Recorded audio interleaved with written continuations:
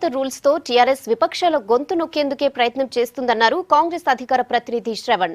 Governor ప్రసంగం అడ్డుకునే హక్కు విపక్షాలకు ఉందన్నారు. గతంలో గవర్నర్ ప్రసంగాన్ని హరీష్ రావు అడ్డుకున్నప్పుడు అరెస్ట్ చేశారా అని ప్రశ్నించారు శ్రవణ్.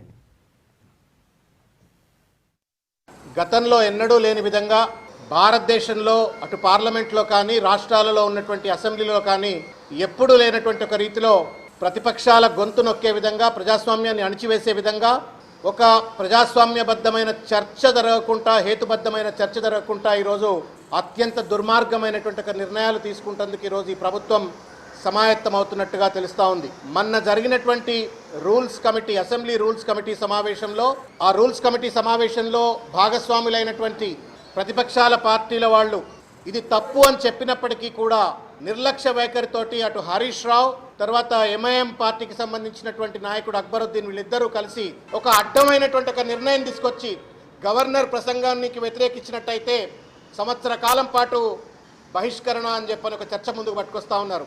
గవర్నర్ ప్రసంగానికో లేకపోతే ప్రజా వ్యతిరేక విధానాలు చేపడుతున్నది అన్నటువంటి ఒక నెపంతో టీఆర్ఎస్ పార్టీ చేసినటువంటి ఒక అసెంబ్లీలో చేసిన చిందర వందరను కనుక అదే రకంగా పరిగణలోకి తీసుకొని ఒక సంవత్సర కాలం పాటు హరీష్ రావునో లేకపోతే కేటీఆర్నో లేకపోతే ఈటల రాజేందర్నో కనుక అసెంబ్లీ నుండి సస్పెండ్ చేసినట్టయితే ఏ పరిణామం ఉంటుందో అని చెప్పని ఒక్కసారి ఆత్మవిమర్శ చేసుకోవాలని చెప్పని హరీష్ రావు గారికి మేము విజ్ఞప్తి చేస్తా ఉన్నాం.